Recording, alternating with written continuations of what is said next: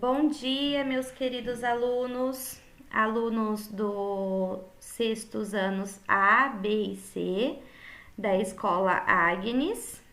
Eu sou a professora Tatiane, professora de língua portuguesa, e eu estou gravando esse vídeo para fazer as correções das atividades do roteiro das aulas desta semana do dia 3 ao dia 7 de agosto. Eu achei mais prático gravar um vídeo para fazer a correção. Eu espero que vocês estejam bem, que a família de vocês também esteja bem, com bastante saúde. Então vamos lá rapidinho. Nesta semana nós estamos trabalhando as histórias em quadrinhos, HQs, né? Então nós estamos estudando desde a semana passada esse gênero textual, que é HQ e tirinhas. E a primeira atividade foi sobre os tipos de balões. Então eu tenho aqui o balão de fala normal, que ele é todo preenchidinho. O rabicho é isso aqui, ó. Isso aqui é chamado de rabicho. O rabicho ele é apontado para a cabecinha do personagem que está falando, indicando que se trata daquele personagem, que é aquele personagem que está falando. Esse pontilhado, que é o balão de cochicho, de sussurro. Esse aqui que forma uma nuvenzinha é o balão de pensamento. Percebam que o balão de pensamento tem um rabicho diferente. São 3, 4 pontinhos, né, no balão de pensamento, porque não é uma fala, é um pensamento. E nuvem, eu faço associação com o fato do personagem estar com o pensamento nas nuvens, né, nas nuvens. Por isso que o formato é de nuvem. Esse aqui, que é em vai e vem, zigue-zague, é o de grito. Quando mais de um personagem pronuncia a mesma fala, então, para você não colocar vários balões no quadrinho, é possível você fazer um balão só e colocar vários rabichos, apontando para a cabeça de todos os personagens que proferiram aquela fala, aquele enunciado. Então, esse aqui representa a fala de mais de um personagem, com vários rabichos. O balão de ideia, que tem uma lâmpada, né? É um balão de pensamento e dentro do pensamento uma lâmpada, para mostrar que o personagem teve uma ideia. Tem alguns balões de ideia também que aparece só a imagem da ideia. Na verdade, não tem o balão, é só a lâmpada da ideia. Pode ser também. De dúvida, ponto de interrogação, expressando dúvida. Também pode aparecer só o ponto de interrogação fora do balão, em cima da cabeça do personagem, mostrando que ele teve uma dúvida. O de exclamação, que significa admiração, também pode aparecer só o ponto de exclamação. As reticências, que são os 3 pontinhos, é quando o personagem não consegue se expressar, quando ele fica sem palavras. Esse aqui, ó, o balão está chorando, né? Então significa que o personagem está choroso, triste. Por isso que o balão está assim, ó, derrubando as lágrimas. As notas musicais, que representa quando o personagem está cantando. Notas musicais. Pode aparecer também fora do balão, só as notas. E esse aqui que está escurinho é quando o personagem está zangado, ok? Então, exercício. Os exercícios 1 e 2. Primeiro, identifique quais tipos de balões aparecem na tirinha da Turma da Mônica a seguir. Então, aonde será que a cascuda vai tão gatinha assim? Ah, foi se encontrar com o Cascão. Então, aqui o personagem Cebolinha da Turma da Mônica, ele não proferiu essa fala, esse enunciado. Ele apenas pensou, é o balão de pensamento. Olha o formato de nuvem e as 3 bolinhas indicando que foi um pensamento. Então, aqui é balão de pensamento. Deixa eu escrever. Balão de pensamento. Eu vou tirar aqui esse risco. E aqui também, no terceiro quadrinho, é outro balão de pensamento. Ele chegou à conclusão de que ela foi se encontrar com o Cascão porque ela voltou toda sujinha, né? E o Cascão é o personagem que é conhecido por ser sujinho, não gostar de tomar banho. Percebam que aqui, ó, ela está posicionada em um lado do quadro, que é o lado direito, olhando para o lado direito, inclusive. Aqui ela olha para o lado esquerdo, olha o passo dela, porque ela está retornando. E aqui no segundo quadrinho, nós temos o balão de música, né? Que indica... balão de música. Que indica que ele está cantando ou, aqui no caso, assoviando. Olha o biquinho dele. Então, aqui eu percebo que ele está assoviando por conta do biquinho que ele faz. Deixa eu grifar. Pronto. Aí, depois aqui na próxima questão, 2. Nas histórias em quadrinhos, além da expressão facial e corporal das personagens e das interjeições, é possível transmitir o modo de falar, as emoções ou sentimentos repentinos por meio dos balões. Então, o próprio formato do balão indica um sentimento, indica uma emoção, indica algo em relação ao personagem.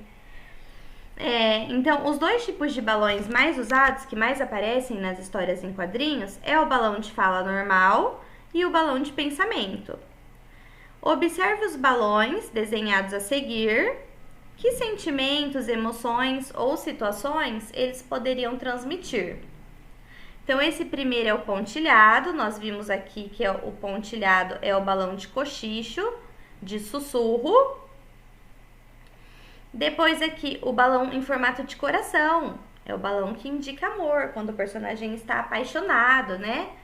Ou um amor também, um amor, não precisa ser um amor entre um casal, pode ser um amor de família, entre irmãos ou entre a mãe e o filho.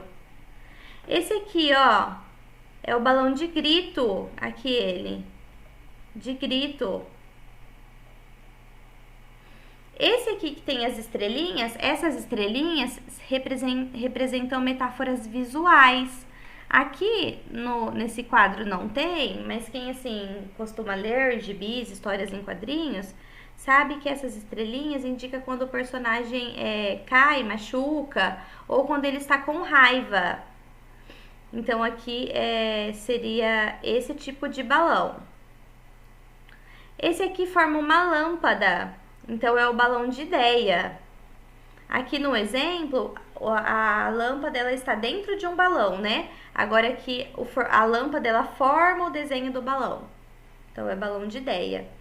E esse último aqui no final, no rabicho, vocês podem ver que forma um ponto de interrogação.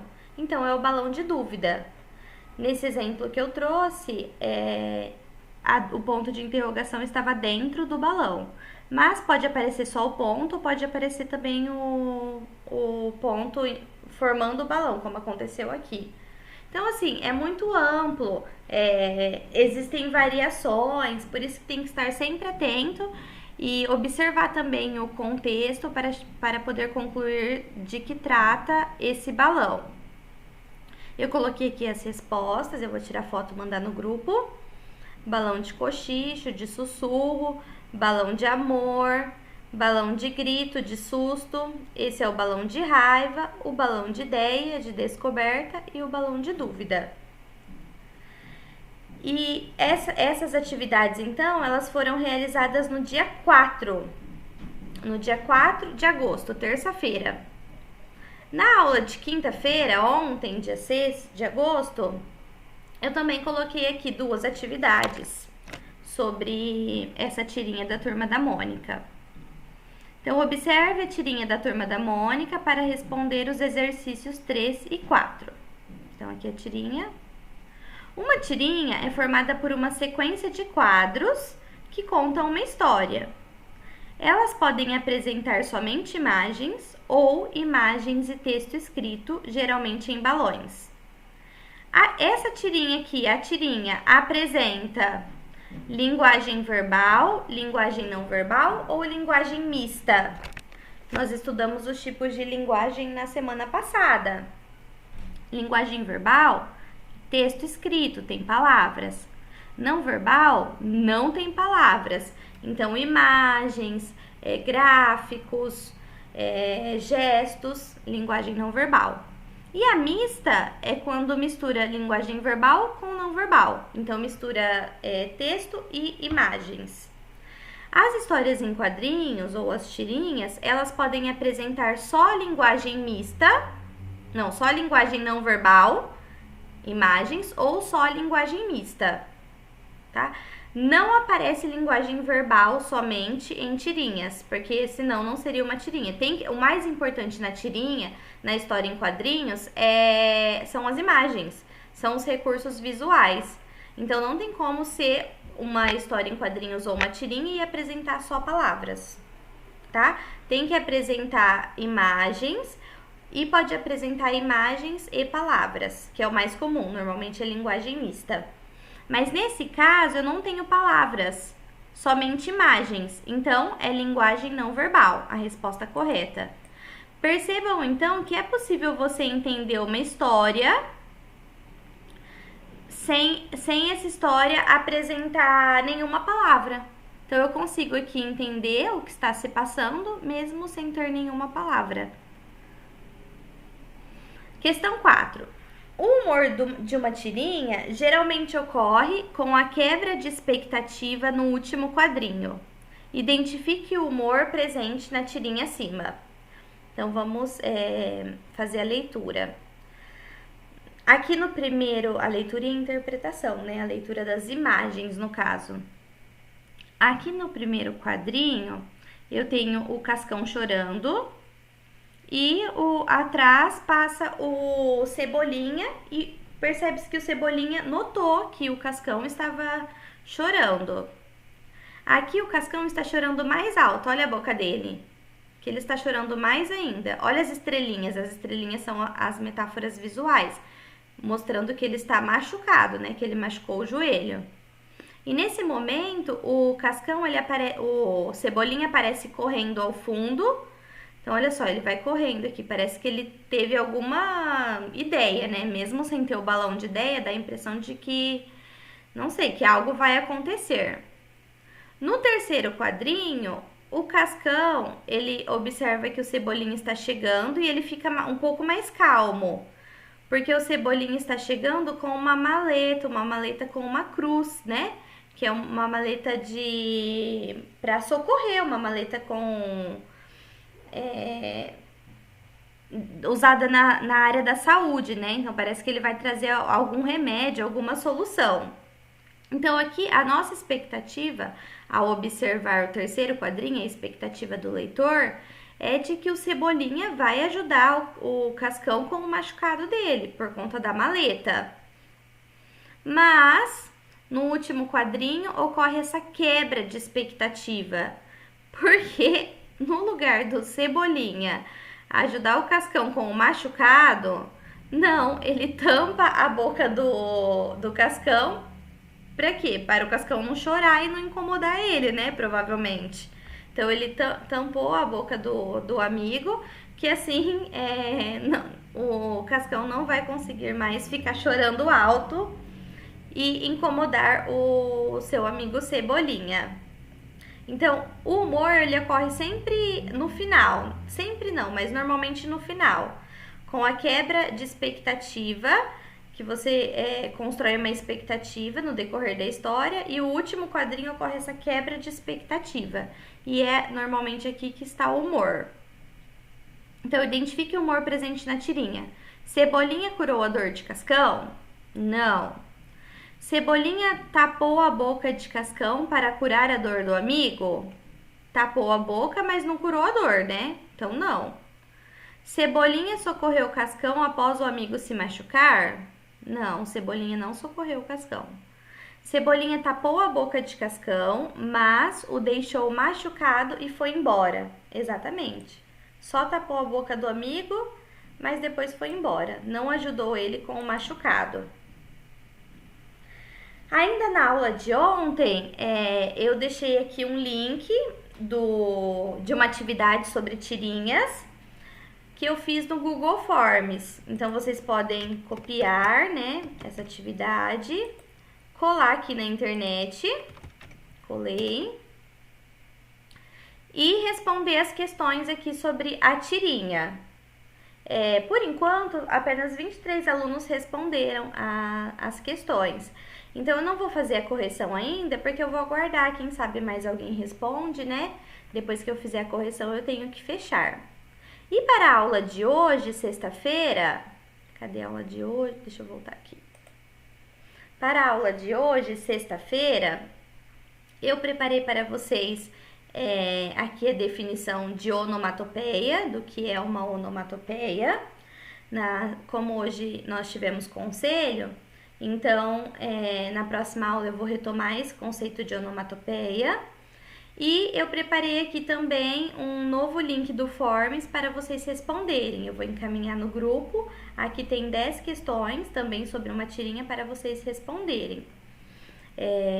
Nossa, meu vídeo já ficou um pouco longo, mas em relação à onomatopeia, é uma figura de linguagem que reproduz o som, que representa o som ou um ruído natural.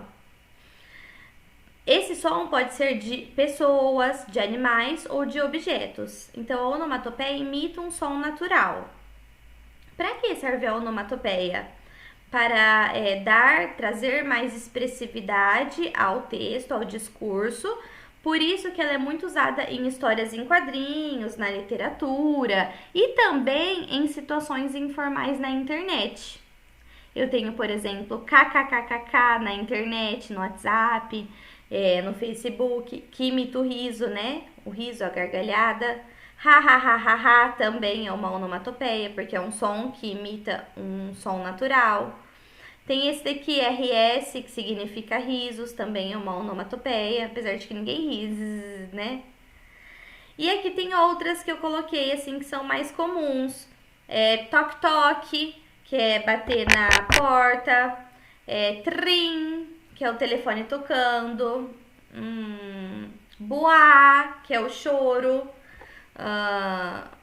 Pou, que é quando acontece uma batida. Aqui tem vários. Aqui, esse daqui, ó, que é o de raiva. Zzz, que é quando está dormindo, quando algum animal ou uma pessoa está dormindo. Ding-dong, que é o som da campainha. Tum-tum-tum, que são as batidas do coração. Tibum, que é o mergulho. Miau, que é o miar do gato. Au-au, que é a latida do cachorro. Tem muitas onomatopeias. E elas servem para trazer mais expressividade ao texto. Aqui eu tenho essa, né, que é a raiva da Mônica, porque o Cebolinha está fazendo bolas de sabão. Aí tem aqui a questão do dente, né, que a Mônica, ele chama a Mônica de dentuça. Pou, que ela bateu nele, e aqui ele, todo machucado, continua fazendo as bolas de sabão, só que aqui as bolas têm o formato de estrelinha, que são metáforas visuais, mostrando que ele está machucado. E olha a carinha que ela sai. Então é isso, pessoal. Na próxima aula, então, eu vou fazer a correção dessas atividades do Forms, tanto da aula de ontem como da aula de hoje. Então, quem não fez, aproveita para fazer. E quem já fez o da aula de ontem, faça também o da aula de hoje. Um beijo, bom final de semana, bons estudos!